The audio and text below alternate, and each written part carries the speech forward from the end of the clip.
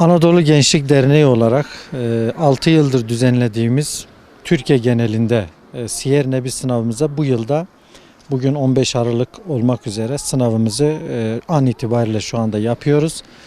5 ilçemizde bir de Bitlis merkez olmak üzere 6 noktada Siyer Nebi sınavımızı şu an icra ediyoruz. 1000'e yakın bir kaydımız, katılımımız var elhamdülillah. 1300'e yakın bir kitap dağıttık. Peygamberimizin hayatıyla ilgili Kardeşliğe Davet Hazreti Muhammed kitabını dağıttık. Elhamdülillah öğrencilerimizin katılımı güzel.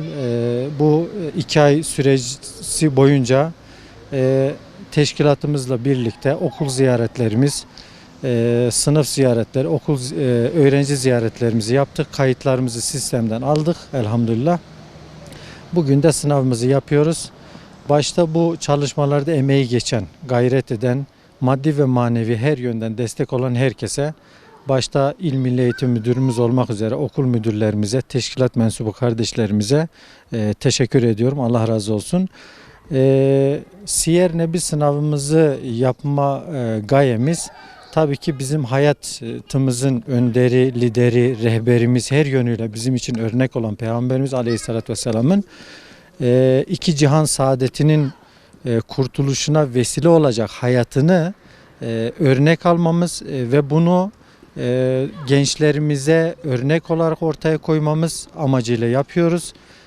Ümit ediyoruz ki bu vesileyle herhangi bir gencimiz Peygamberimizin hayatını, ashab-ı kiramın o güzel duruşunu kendine örnek alır. Hem kendilerine hem ailelerine hem topluma hem de bütün insanlığa faydalı bir genç bir nesil olur. O ümitle bu çalışmaları yapıyoruz.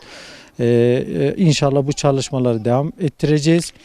Bildiğiniz gibi daha önce ortaokullar ile liseleri birlikte yapıyorduk. Bu son iki yıldır liseleri ayrı yapıyoruz. Birinci dönem olmak üzere. İkinci dönemde de ortaokul Siyer Nebi sınavımız olacak inşallah. Onu da ikinci dönemde de ortaokul sınavımızı inşallah yapacağız. Çalışmalarımıza bu minvalde devam ediyoruz.